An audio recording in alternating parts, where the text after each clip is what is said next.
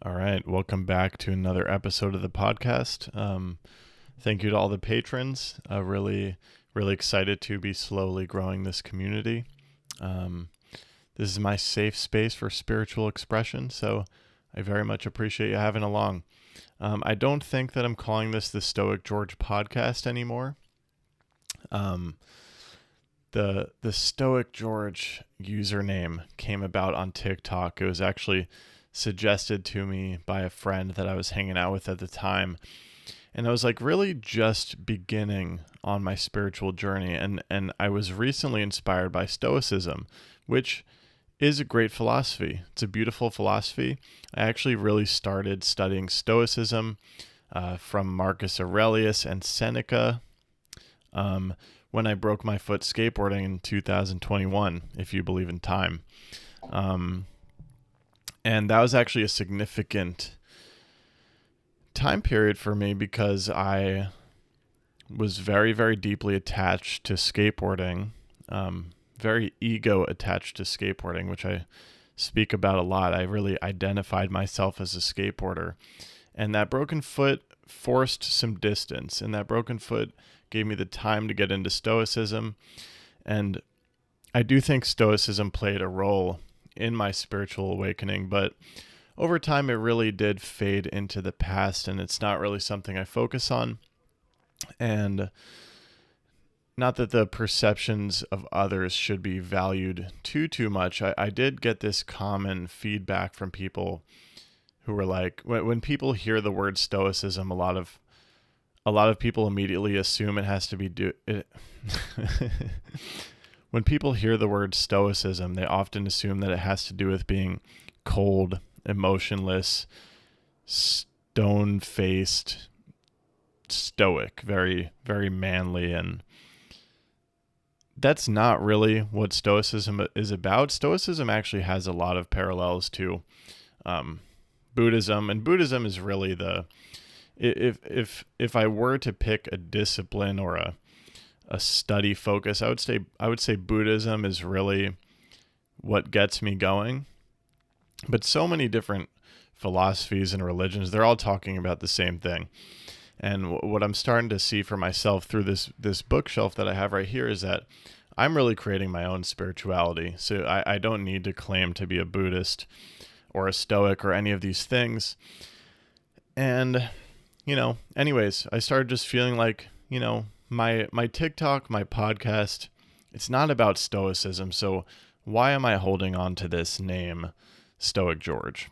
So I just started, as I'm starting to live more in the spiritual truths that I am studying about, and they're really starting to sink into my being, it's becoming much easier for me to embrace change. Change is coming very quickly, very rapidly, very dramatically. It's just happening.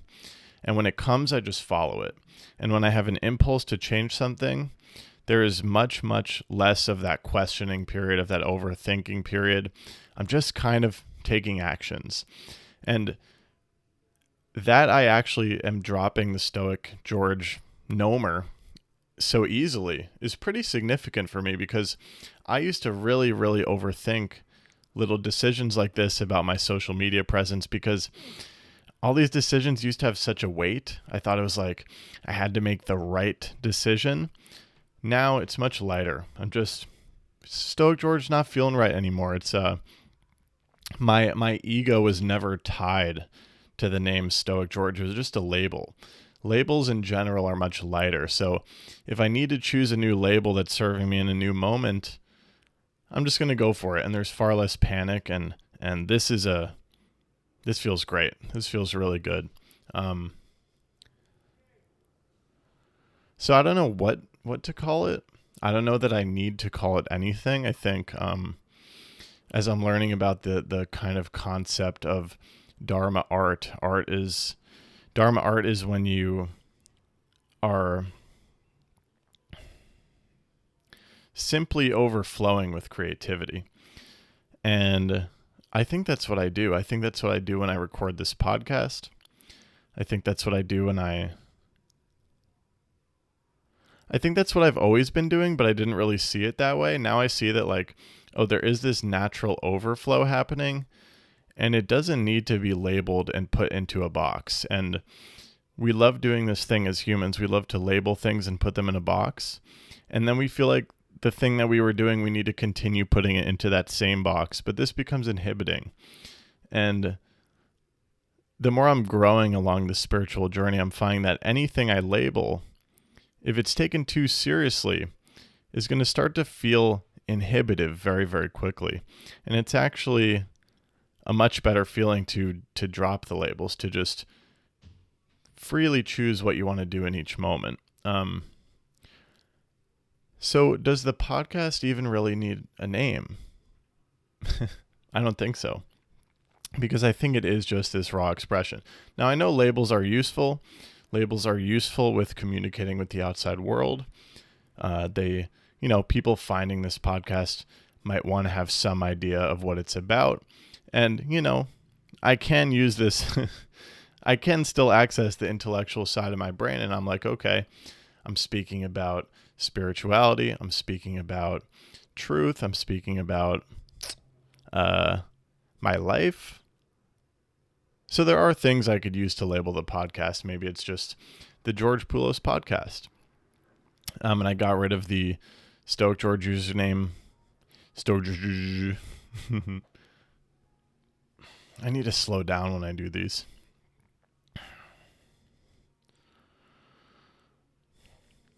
It's like, I don't know why I feel like there's such a rush. This is a common thing we do too, or that I do, or that I have done. It's like, you always feel like you need to rush through things. And when I catch myself speaking so quickly like that, it reminds me of when I'm walking down the sidewalk, say, to go to the grocery store, and I catch myself just like running as if it's life or death.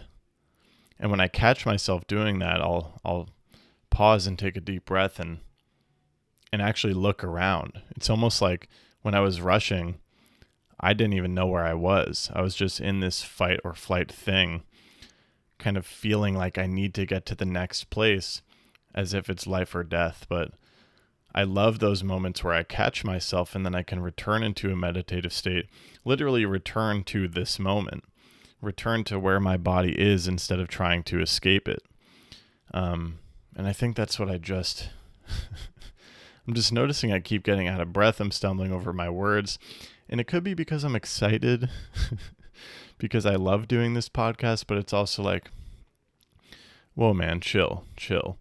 And I'm trying to embody all of these truths. I'm trying to embody Dharma Art in what I do. I'm trying to be very direct from the source. I'm trying to do it slowly. I'm trying to, as I'm sitting here recording this podcast, I'm not trying to be like, oh, I got to get through this podcast so that I can be done with it and then I can do the next thing. No, I'm actually trying to be completely here with you. And I'll often slip into that, but often I'm not. And this is proof that I'm on the journey with you guys. I'm not a fully enlightened being. I'm not always living in the moment, but I think that is where I want to go. And I'm always so grateful when I do get that flash in my mind and I'm like, oh, like you're not being present. Like, actually look at what you're doing. Like, look, I'm sitting here in lotus position. I'm speaking into a microphone. There's a camera. There's the window. I've actually lit a candle and I've got some incense burning up on my shrine there, which now has a Buddha incense holder, picture of Ram Dass, picture of Trungpa, stack of books, and a candle. I've got a Buddha there on my desk. I've got the Buddha up there on the bookshelf. It's like I've consciously set up these reminders to myself that it's okay to live in the present moment. And I think the reason that I have those reminders and I have this, what I'm calling a shrine, is because I know myself and I know that I forget. I know that I get caught up in rushing. I get caught up in feeling like I should be in a different moment than I am. I even get caught up in that when I'm creating this art, this podcast, which is about presence. It's about the truth of the matter. And as I'm expressing these things, I'll still slip up. Nothing is a failure. It's all part of my journey. I'm not meant to be perfectly Buddha minded right now. I'm on the journey. I'm on the path. But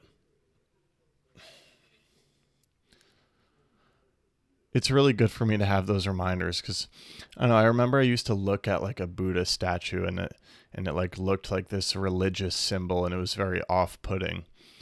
Now I see the Buddha statue and it's a person sitting there meditating, and now that I understand meditation, I actually understand what that symbol means. It means pure acceptance of what is right here, right now. And that's why I'm sitting here in half lotus on a yoga mat on the floor. I'm trying to become that dude. I'm trying to become that spiritual dude. Like, I'm actually trying to live these things. And you're not going to be able to see them right now, but I bought these hippie curtains, trying to like energetically close off this space, my room in this apartment, try to really make it a sanctuary of love and presence, a place where I can just be, stop playing the games of the ego and of the marketplace, and really just sink into my presence here. And it's been really important for me to have a yoga mat on the floor, meditation cushion on the floor. I wrote about this a little bit in that acid entry that I shared, but like these grounding things, the human body needs to lay on the floor. It's not supposed to alternate from sitting in a desk to being in a bed to standing. We need to do yoga. We need to sit on a meditation cushion. These are symbols for me, like having a yoga mat on the floor, a meditation cushion on the floor, having this Buddha stuff over here. It's like, these are reminders of what I believe in, and what I believe in is the present moment. And even as I firmly believe in these things, it's like the pressure out there, the pressure of society is very profound, and people are acting in certain ways. And when so many people are acting in those ways, it's easy to forget and to lose faith. And breathe, George. It's easy to forget. And I've noticed that once in a while, I'll start to ask myself if I'm going crazy. And when I ask myself if I'm going crazy, really it's the reverse. Really, I know everyone else is crazy. They're living in the depths of the society's illusion. But since it's so many of them living that way, it's like I start to question if I'm crazy. And when I wonder if I'm crazy, that's an example of me losing my faith. It's me wondering, should I go back to those rigid models and those rigid ways and the way the society wants me to be? And should I stop talking about these weird spiritual things? And should I stop taking psychedelics? And should I be more normal and speak more normal and fit myself back into the box? And those are moments of losing faith. And that's why I like to put a yoga mat on the floor, a meditation cushion on the floor. That's why I have these Buddhas here, because I am developing faith. It's not faith like I used to see faith. I used to see religion as this very off-putting thing where you go sit in an uncomfortable building and people are acting weird. And these are just memories from childhood. But religion always seemed like a restrictive place. Now it's like, no, the faith I'm developing it's in the raw truth. It's in a life filled with love and beauty. It's I believe, wherever you're looking, it's fucking beautiful. And there's a fulfilling moment right there in every single moment. And there's nothing we should be denying about our humanity. My faith is in a very beautiful way of life, and I want that life to flower all around me. I'm moving towards a life that is far more fulfilling, far more present in that way. But sometimes I get scared, Sometimes I get scared, and so I have reminders. And all the books on this bookshelf are reminders to me as well. I think that's why I read so much of this stuff. These are all reminders. They help me stay with my faith in the present and in love. That's why I listen to the Beatles. That's why I listen to Ram Dass lectures. Like forgetting to breathe, y'all. Jesus Christ. Am I being competent? Is this competent? I really love you guys. Like this Patreon thing is a big deal for me. It's a big deal. It's a big deal. I'm feeling very safe to express. I feel like, I don't know. It's a good feeling. It's like there's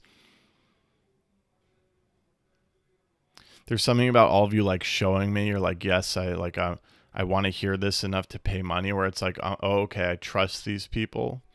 I trust these people are not judging this thing, because I'm very much still flowering. This is a budding spiritual awakening, and there is fear involved. There's fear of judgment.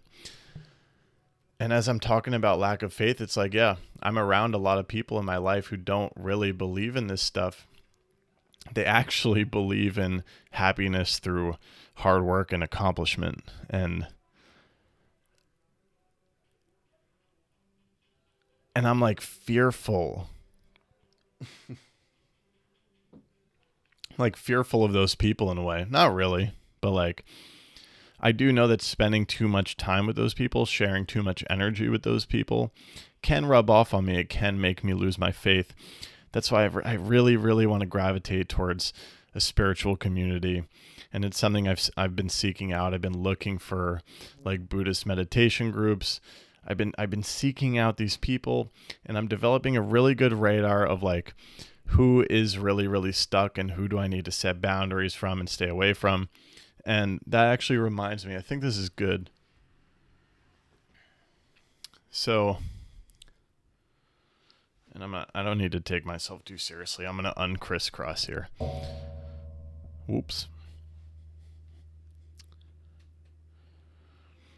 I wanted to try like a format for this podcast, and I'm kind of following it incidentally already. The format is, first, I'm just going to get into an open flow. You could call it channel the source. You could call it sharing whatever is being downloaded to me from wherever that is. I really like the time I get to do that. It's very cathartic for me. It feels important. It feels important. But then to give this podcast maybe some structure, which maybe is the wrong way to go, period, but let's give it a try. I'm going to answer a question. I'm going to try to source these from the Patreon, because this is a two-way street. I'm here for a reason. You're here for a reason. Let's see what we can do with this energy. So I'm going to try to pick one question from Patreon per episode to address, give you my perspective on it based on my path. Of course, I'm never, when I give advice or when I'm answering a question, you should never take it as a prescription I'm not saying this is the way.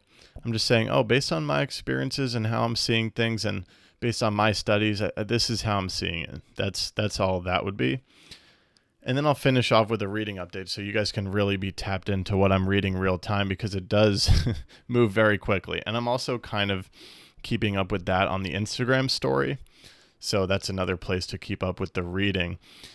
And I do really want to like create a good, concise reading resources list, because the books that I've read have been extremely significant towards allowing me to awaken. So I really want to make that list public and informative for people, because I think it can help people, because it helped me tremendously. Let me take a quick pause here. So Caroline's comment, this was Caroline Grage. Thank you for the comment. This is on the phone episode about smashing my phone, I believe. And I'm just going to default to they pronouns. So they said, I'm curious if your evolving relationship with your phone has impacted how you view others and their usage. I find myself resenting friends or family, or sometimes even strangers when they use their phones when they're with or around me. I think things like live in the moment or damn, they've got it wrong, which is 100% my ego. It's something I've been struggling with for a while. I'm going to address that. There's more to the comment, but I'm going to address this. So, this question arose out of the phone question. Like, what do you do about people who are constantly on their phones around you? You know, that can be a vibe kill. And when you're starting to see through the veil, and sometimes I feel like I sound like such an asshole, but it's true.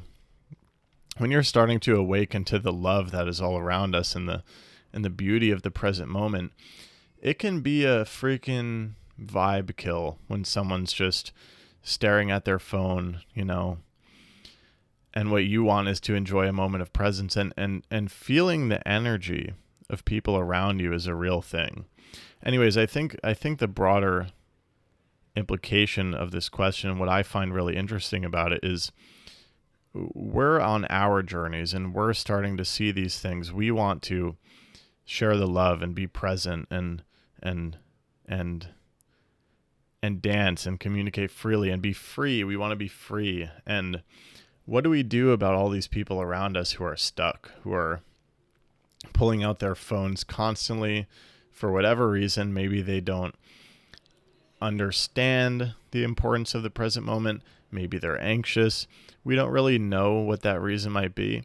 But when I read this question, I just thought about like all the people in my entire energy sphere, in New York City and Brooklyn, who are not thinking about spirituality at all, who are playing ego games, who are trying to compete with other people, who are trying to step on other people, who are desperate to accomplish more and more and more, trying to feed their ego, who believe full-heartedly that everyone needs to get a corporate job. Everyone needs to work 9 to 5.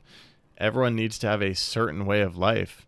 You could take it all the way to people who think that everyone needs to stick with their, how do I phrase this? Like, you take it all the way to extreme, to racist people, to people who don't understand trans people, to people who want to enforce. There are people who want to enforce rigid models of society onto everybody. They're offended, triggered when people around them want to be free. How do you deal with these people? So it's like the question really to me is, what do you do about the people around you who are not interested in spirituality, who are not interested in love, who are not interested in freedom? And this is something that I have been struggling with myself. I've had the same response of like, oh, these people don't get it. Like, how don't they see it? What are they doing? They're wasting their time. Why are they judging me? Like, all of these things. And okay, here's what I think. And this is maybe kind of harsh, but I think it's true. I think if you're paying mind to people, to these kinds of people, I think you could only possibly be expressing some doubt in yourself. I think if you're getting frustrated at people who are on their phones, there's some part of you that's not fully accepting where you are at. There's some fear, there's some self-consciousness, there's something. Because if you're really, really confident about where you are on your path, it doesn't really matter what anyone around you is doing. And I think what slowly happens, and I think what I'm noticing in my own life, is that you'll just start gravitating towards people who do get it. It's a natural process. There's a shift that happens where you stop trying to change the people around you. Instead of trying to change the people around you, you just let them. You just let them be where they are on your journey. You think about all the complex things that had to fall into place for you to be where you're at on your journey. Thinking about myself, I had to go through all this shit. I had to think I was this important skateboarder. I I had to go through all this stuff where I thought I needed to be good at skateboarding in order to prove myself, in order to be a worthy person. I thought I had to become famous on YouTube. I thought I had to sustain that fame. I thought I had to do all these things for my ego. And I was at parties on my phone because I was anxious as fuck, and I didn't understand that we're all connected, and I didn't understand that it's okay to let go. And all these complex things had to fall into place, and there's still more to go. There's still unhealthy patterns. There's still things I'm unconscious of that I do in my behavior. I'm sure that I'm still burning off this karma, and everyone's in such an individual place, and it's very, and I've done this, so I'm not throwing any shade. It's very presumptuous to assume that any given person should have the awareness that you have. You're actually lucky as fuck. You're lucky as fuck because you see it, and they don't see it. And that is where they're at. And we need to move from trying to change them, no matter who it is, family, friends, lover. When we see what we see, we cannot force anyone around us to change. They need to be ready to change themselves. And when somebody in my life is ready to change and they come to me with this excitement and they start asking me questions about spirituality, then it's beautiful. And if I have that close kind of relationship and then we're sharing a moment and they're on their phone, then maybe I'll call them out, see if we could get into a discussion about it. But for most people, don't push, just let them be. Live in your freedom and your truth right in front of their face. That's the best thing you can do. Set an example. Live freely. Be yourself right in front of their face. Don't try to change them. Show them how fucking joyous and peaceful and free you are. That's going to inspire change more than you trying to force them or being angry at them. And when you're not self-conscious, when you really believe that you are where you're meant to be, there's no reason to try to change people because you're confident. You don't need the people around you to change so that you can affirm where you're at. I think I went through this with skateboarding. When I wanted so badly to get everybody to wear a helmet because I saw this thing. I realized, whoa, there's a huge stigma on helmets. People are judging people, bullying people essentially for wearing helmets. You guys all got to see this. Look at this. This bad thing is this judgmental thing. This negative energy is happening. Let's wear helmets and fix it. Like, please. Like, I was trying to shake people. Like, do you guys see how toxic this is? Like, people are deciding not to wear helmets out of fear of being judged. Like, do you see how toxic this is? And I tried to change basically the whole skate culture around me. When really the best thing I could have done is just confidently been myself and not said anything to anyone who didn't care to listen. I should have just been myself relentlessly in their face without trying to prove anything. That's true confidence. And when you live that way, when you live your spiritual truths that way and you're not trying to convince anybody, and it's actually happening to me here. I'm still out of breath. I'll get better at this. It's happening to me here by moving to the Patreon. Because I think when I was more insecure in my budding spiritual views, I felt this need to prove myself to the people around me, to prove why this was the right way. I needed all this external validation. I needed to change people. I was looking for these things that my ego could grasp onto to show myself that I am right, that I am on the right path. But when that inner confidence really, really grows, you just know. You just know. And people around you can be wherever they're at. They can be making themselves miserable. They can be creating hell on earth for yourself. Unfortunately, it's not your job to change them. And you can't change anybody who's not ready. And yes, I've applied this to everyone in my life. I've applied this to friends, family. You can't change them. You can't change them. Lovers, you can't change them.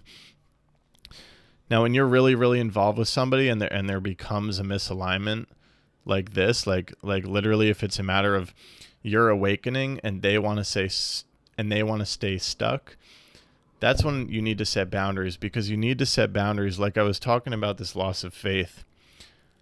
I need to set boundaries with people who are not interested in love and truth. I need to set boundaries with them, because if I exchange too much energy with them, I'm going to start to lose my faith. I'm going to start to doubt myself. I'm going to start to move backwards.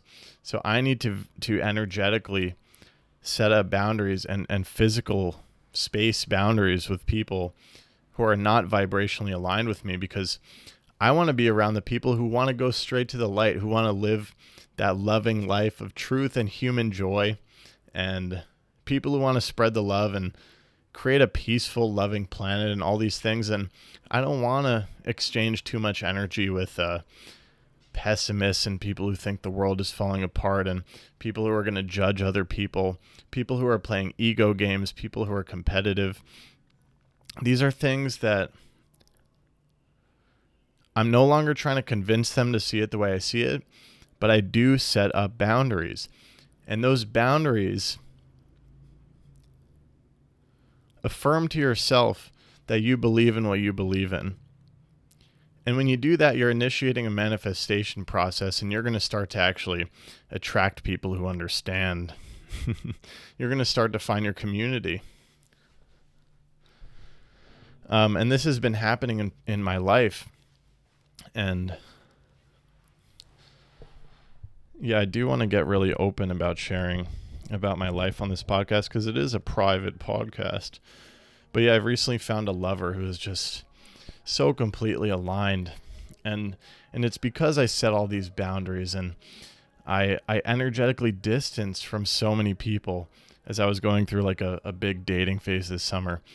I had to set up so many boundaries with people who wanted to control me, manipulate me, people who had a scarcity mindset, people who, all these things. When you set boundaries, you leave room for people who get it to come in, and people who are aligned with you to come in. And this is how you find your people. And you have to set those boundaries. And you set those boundaries, that's the perfect balance. But if you overextend and you try to change them, then you're trying to control someone else. And that's not good. That's not our business. We need to be where we are, and we need to find the people who are where we are. And again, I think maybe I just said this, but I feel like this is something I'm actually in the grips of right now, and it's why I've moved away from expressing myself publicly, moving to a more private medium. You know, you could call this a satsang. It's a community of spiritual people who are trying to raise consciousness, trying to have a joyous, fulfilling, beautiful life. And it's important to gravitate towards your tribe. But I don't think the way to do that is by changing the people who are already around you. Let gravity do its work. Set boundaries, let gravity do its work. That's what I think.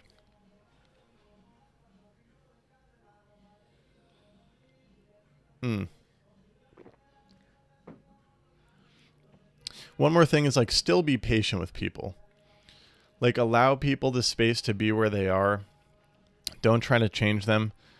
Show your example right in their face. And if they ever start gravitating, being curious about your way, that's when you can try to help them. But don't try to help people prematurely. And I think a lot of us are guilty of this, especially in loving relationships and friendships. When we begin to raise our consciousness, we try to pull people up with us, but some people are not ready. And yeah, I'm just thinking of that. Like trying to pull people up with you, it indicates some unwillingness to go alone, to go confidently on your path without looking back. It's a wavering of your own faith, and developing that true belief, that true confidence, it will set you relentlessly free. You're going to move forward. It's not going to matter who comes with you, because you're going to know that you're going to find your people. That was crazy. Was that coherent?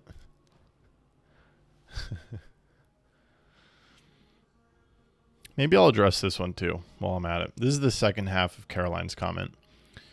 How do you find balance with capturing a moment just to capture it versus capturing to later post it on social media? this is something I still struggle with, even though social media is not my job.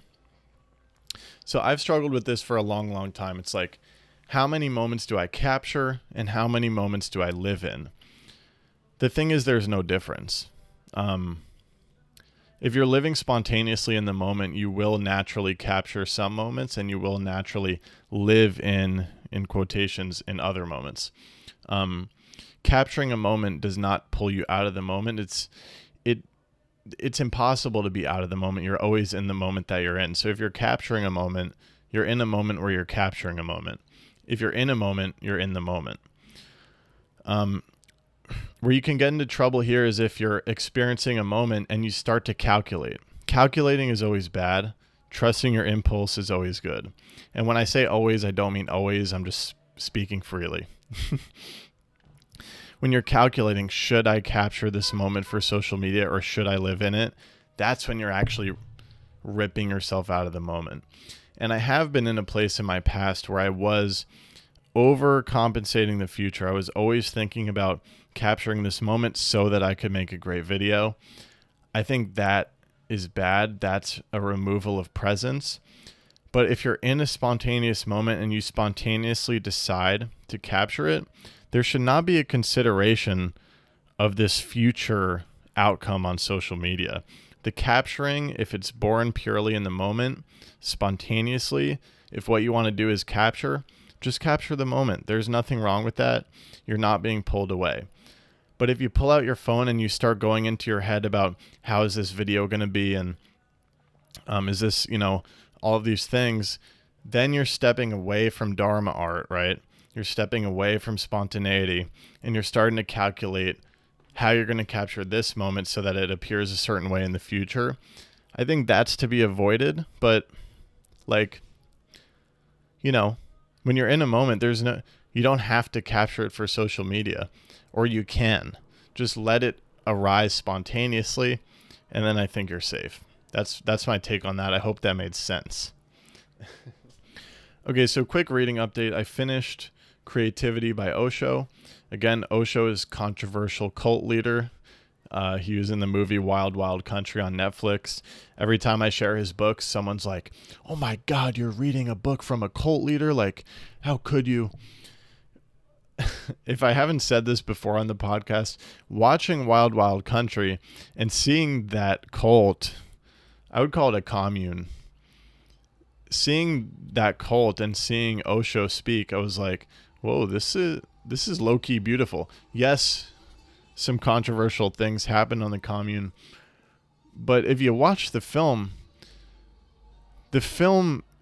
is actually pretty balanced. Like there's good things about the commune, there's bad things. There's also very bad things about America, the America around the commune. It's a nuanced story.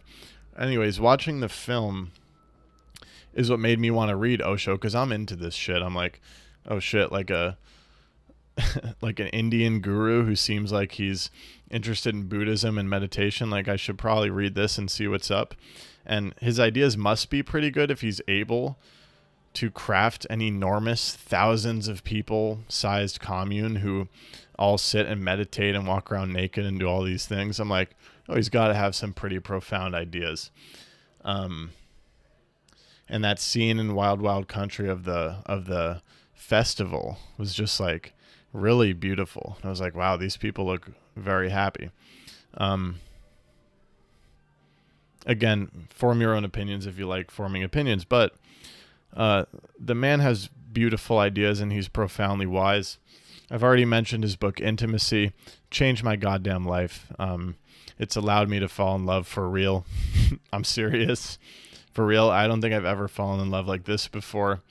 I've never been this honest with another person before until I read Intimacy. And I just finished Creativity, another beautiful book. He speaks about how to be a real artist. How to be a real artist is you're in the present. You're overflowing in the present. You're not calculating about your project. You're not thinking about how to make money with your art. You're just extending, moving, extending yourself, expressing. It's natural. It's made me realize that conversation is art. Movement is art. Walking is art. everything, every expression is art. And it's a great book if you like creating. And like as I'm thinking about building this essential reading list as like a real informative resource, I compiled some of my favorite quotes about this book in the recent TikTok. It's also in an Instagram post. And eventually I'm going to have a list of all these books. And maybe for each book, I'll have my favorite quotes and some sort of little summary, something like that. Stay tuned for that. It will come together in time when it's meant to. And I started True Perception, The Path of Dharma Art by Chogyam Trungpa. Trungpa is one of my favorite Buddhist thinkers. I recently watched a documentary about him. I believe it's called Crazy Wisdom, The Life and Times of Trungpa. That is linked on my YouTube channel. I have a playlist called Essential Viewing for Awakening. Highly recommend that documentary. It's actually what made me realize Trungpa and Ram Dass were buddies. Ram Dass taught at the Naropa Institute that Trungpa founded in the West, literally to spread Buddhism to the West. Beautiful, beautiful. I think I feel better without the headphones. Noted. So Osho creativity and True Perception are about the same topic, but I always like to see how different spiritual thinkers take on the same issue, because sometimes someone's words will click for you, because of their past, their experience, their karma. Their words will just click for you, will trigger an awakening moment, an awakening realization. So I like to get different takes about the same topics. I mean, kind of all spiritual books are about the same thing, but they're just worded differently. So I'm starting True Perception. I really like it so far. It's Trungpa gets more wordy. Osho is like super direct. Super direct. Osho is a little more wordy. I mean, Trungpa is a little more wordy. He's talking about like, it's actually a very beautiful metaphor. What is it? Great Eastern Sun. The Great Eastern Sun rises in your mind, and that's where your true creativity comes from. And it's the same thing that I've been talking about with creativity. It's like, it's a spontaneous outburst. It's not self-conscious. It's not calculated. It's true. It's just true. And that's what I'm trying to do. That's what I'm trying to do on my podcast, on social media, all of that. And, the unfollowing everyone on Instagram I talked about. I also recently blocked my parents on social media. I think turning these platforms into a less transactional space, like with all these ties between friends, has kind of set me free. Getting rid of my parents, who obviously I love my parents, but parents are some of the people who might have the most intense idea of who you should be. And anyone who has a model of who you should be, you're going to feel that, and you're going to feel pressured to fulfill that model. So if you really want to set yourself free, you need, unfortunately, like I said, to set those boundaries, distance yourself energetically so that you can expand relentlessly. You don't want to be around people who are uncomfortable with your expansion. And for me, when it comes to expression, I've started blocking a lot of people, anyone spreading negativity, really, anyone judging me, anyone trying to put me into a box, just block them, get rid of them. I have nothing to prove. I don't need to please anybody. I'm just trying to share openly and freely. That's what the Patreon is about. I think unfollowing everybody on Instagram really helped me get there too. It's like, oh, now my friends don't even have to be following me. It's like I can just share my message, and whoever that message is meant for will see it. And that's really set me free too. So yeah, these books have really helped me and are really helping me as an artist. I mentioned this on the Instagram story too, but you got to check out The Artist's Way if you haven't already. The Artist's Way is a little friendlier for the Western mind. So if you're earlier on your spiritual awakening, The Artist's Way might be the way to go. But it's about the same thing. It's about channeling your inherent inner artist, which absolutely thrives when you're in the present moment. I think that's it for this episode. I have no idea what I even just said. Now there's a fire truck. I hope you guys haven't been hearing that this whole time. Wow, yeah, crazy energy right now. There's a lot going on. It's actually very hard to be present right now. Maybe Friday evening is not the right time to record these. Because I'm also like feeling this pressure, like, oh, it's Friday evening. Like I need to, oh, Jesus.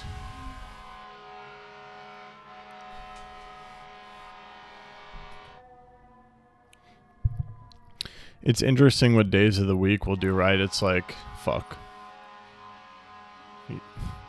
My God.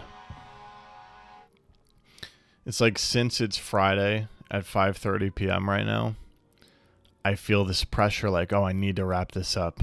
I need to unwind. Which is so silly. It's so silly. If I want to be doing something, I should do it. It's almost like the universe made me self-employed to realize this truth about days and time. It's like all the weird rigid models are just so corny.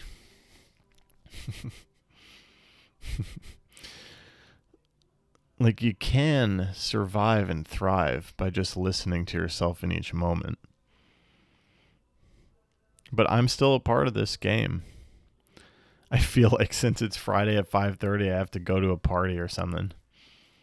Or like at least start making dinner so that I can make it to the party on time later. Have I told you guys yet about how I'm trying to like stop making plans? I'm like still making plans, but like when I make a plan, I put it in my calendar and I forget about it. Because you know that thing where you have a plan coming up and you start to panic about it? I'm trying to treat plans more like suggestions. And the thing is, when you have a plan, it is a suggestion. Like how many times do you or the other person end up canceling day of or last minute? Like it happens a lot. A plan is just a suggestion, and treating it like that way in your mind, like, oh, I can cancel if I want to. Obviously not, I'm not going to let somebody show up and ghost them, but like if I'm not feeling it, I'm just not going to go. That makes it so that a plan has so much less weight, and I'm actually freer to fill up this sounds selfish, doesn't it? You know what I'm saying? It's like nothing's that serious. It's all an open flow, and we put these mappings onto the future. But we don't need to take them so serious. Like the moment's going to arise and the moment's going to happen how it does. I'm going to go now. What is going on? I also need to work on being less self-conscious. I just need to do the podcast. Just stop doubting myself. If you have any questions or any thoughts were spurred, leave them in the comments. This is an open back and forth flow. I'd like to encourage you to dump your mind into the comments without even thinking about it. You know how you'll like send a text to somebody and you're constantly thinking about it? I'm trying to like build relationships, and this can be a part of it where like we can just be honest. Just lay it right out. Nobody's going to judge you. Nobody's going to attack you. Nobody's getting canceled. Nobody's worried about anything sounding stupid. We're just here right now. We're just here now. So you don't have to think so hard about what you're saying. That's why I'm trying to embody that on the podcast. I'm trying to really live a different way with y'all. So let me know what you think. I'm also going to try to source, maybe I'll stick to this structure, maybe not, try to source some comments, questions, things to address on the podcast from this comments section. So, really curious how our journeys are overlapping here, because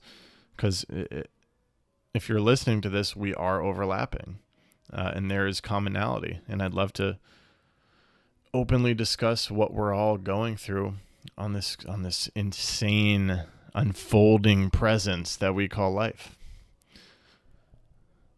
Godspeed.